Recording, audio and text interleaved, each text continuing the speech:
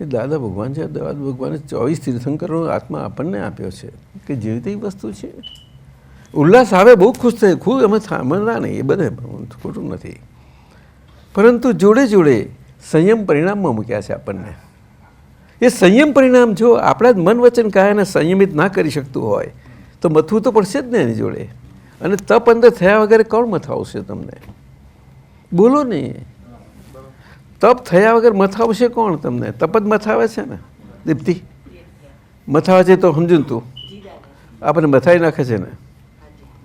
હા, એ તપ. અને તપશ્ચરણ કહ્યું.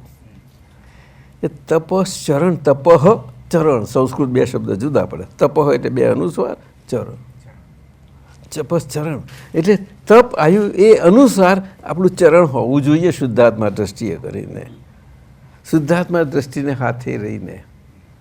ના સમજાયું? હવે એ તપશ્ચરણ થયું એમાં રહેવું જોઈએ. એટલે કે શરીરે તપ અંદર આવ્યું છે આપણને, પણ આપણે રહેવું જોઈએ, કારણ કે હું શુદ્ધાત્મા છું, એ પદ પામ્યા છીએ. અને આજે પ્રજ્ઞા દેવી આપણી પાસે છે, શુદ્ધાત્માની. પ્રકૃતિની બધી દેવીઓ હોય, પણ શુદ્ધાત્માની દેવી કંઈથી લાવશો તમે? પ્રજ્ઞા દેવી.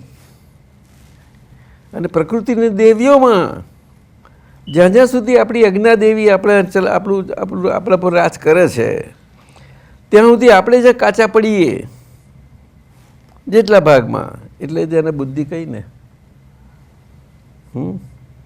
જ્યાં પ્રકાશ છે ત્યાં પ્રકાશ કેવી રીતે સમજાય? કે જે પ્રકાશ નથી એને આપણે પ્રકાશ માની સમજીને ચાલીએ છીએ પૂરા જ્ઞાનથી. બુદ્ધિ પર પ્રકાશ છે કહ્યું, સ્વપ્રકાશ આ પાર વગરના ફૂલ પડ્યા છે આપણી પાસે. ખાલી શબ્દો શબ્દો છે, ઠાલા ઠાલા શબ્દો નથી, સોલિડ છે. જો આપણે સમજીએ ને તો આપણને એનો માર પડે એવો છે, સમજીએ તો. અને આપણને માર પડ્યો હોય તો આપણને એટલો ખ્યાલ તો રહેવો જોઈએ કે મારો બહુ માર ખવાય છે, જબરો માર છે આ તો. સમજાયું?